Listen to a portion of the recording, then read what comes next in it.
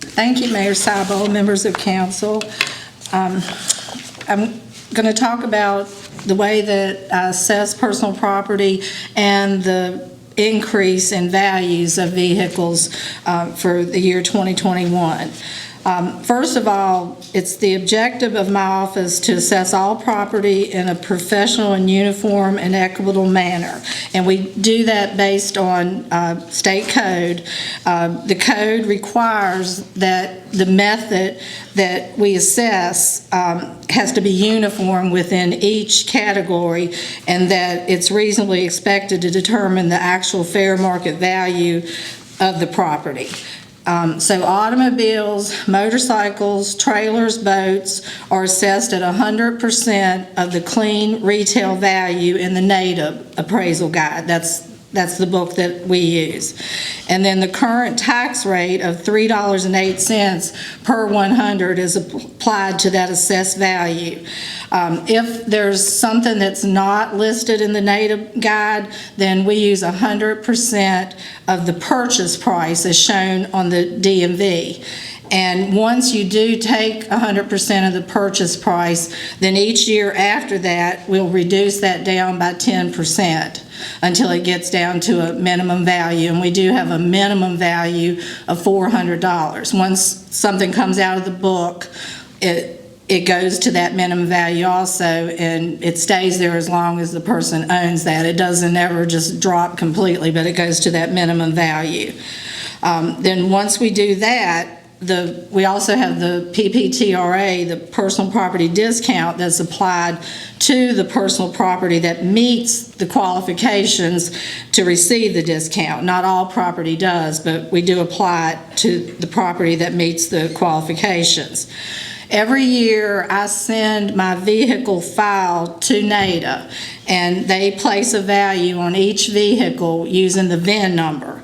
And the values are always from the January 1st book, because January 1 is the assessment date, and that's the only book we get. We don't use each month.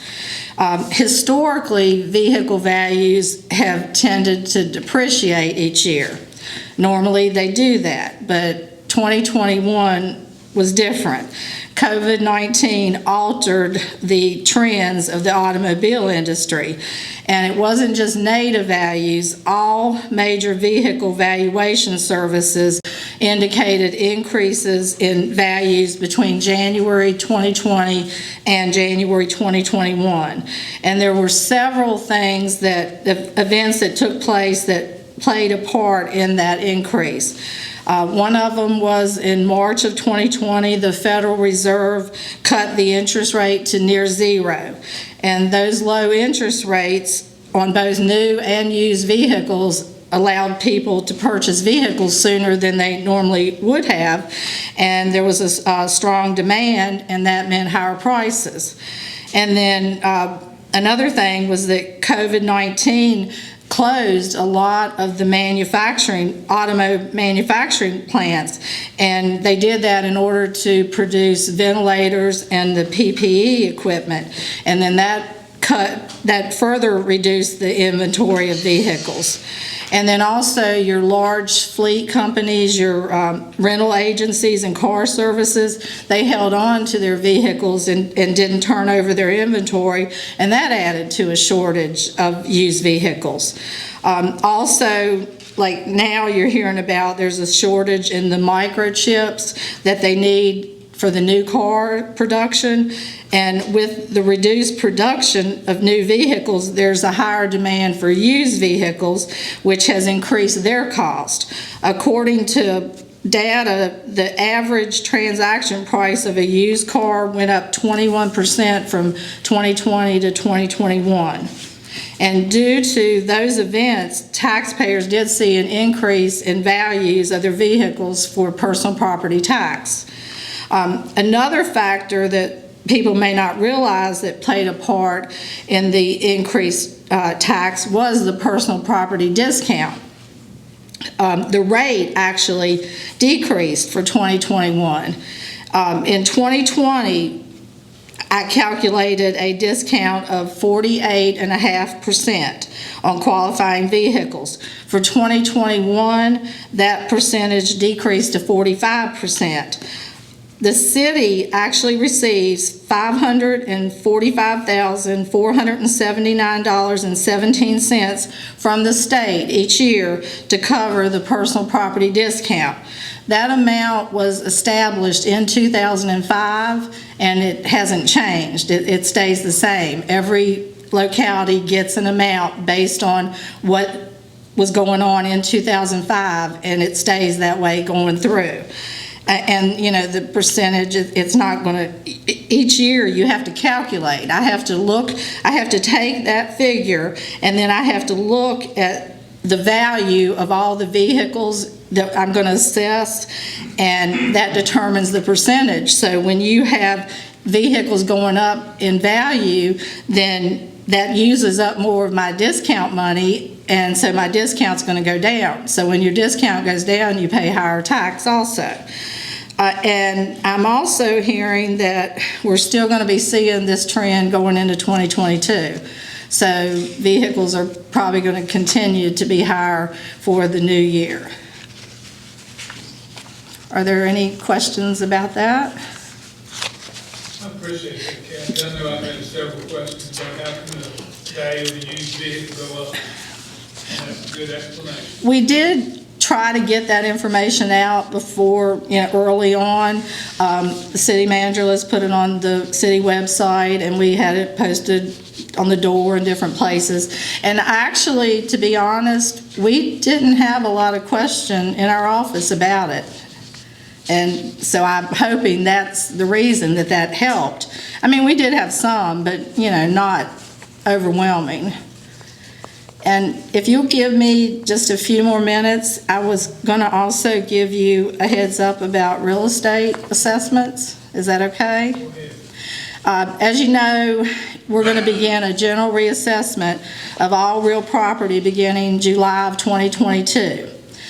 And from what we are seeing right now regarding real estate transfers, we're probably going to see an increase in our real estate values beginning fiscal year 23-24 as of July 1 of 23. Looking at transfers right now from July 1 of 21 through October 31st of 21, we're seeing homes that are selling for way over the assessed value. Out of 50 transfers that I just looked at, 39 of those sold over assessed value. And just for instance, you have a house on Jackson Street assessed at $71,000, sold for $97,700. A house on Rockbridge assessed at $51,100, sold for $80,200. You've got a house on Magazine that's assessed at $34,400. It just sold for $120,000. Say it again. Magazine Avenue, a house assessed at $34,400, sold for $120,200. That neighborhood's taxes are going up. Well, it's going to be all over. And I mean, even at looking at those neighborhoods, your other neighborhoods like Fairlawn, assessed at $139,900, sold for $190,000. Hamilton Drive, $174,600, sold for $239,000. And we're seeing a lot of it on Jackson Street, but it's trending that way, and houses are actually selling within hours of being listed, and for well over the assessed value. So during the general reassessment, they have to do a sales study, and they're going to look at that information, and it's going to show that our properties are undervalued. Our ratio for 2021 was 89.5%, and that determines like how much public service money we receive.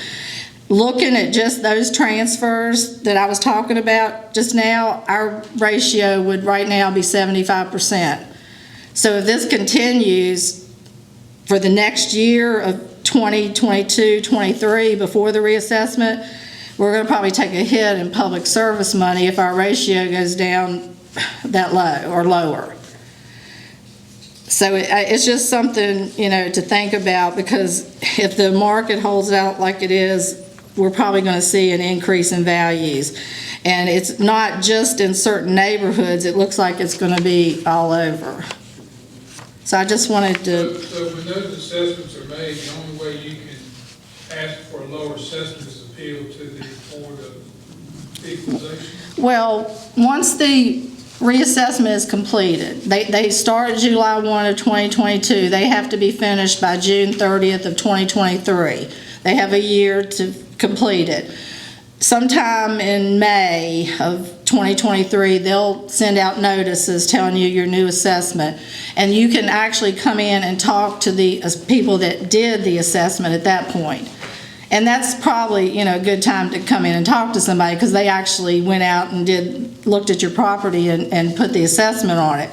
So you can talk to them first. If you don't get any satisfaction there, then a Board of Equalization has to be set as of July 1 of 23, and then there'll be hearings for that also.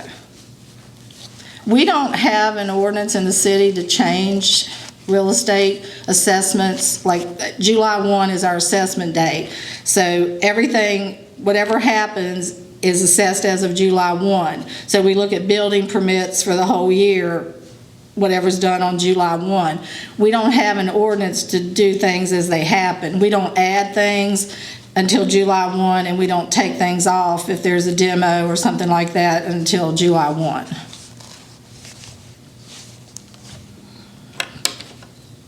Any questions?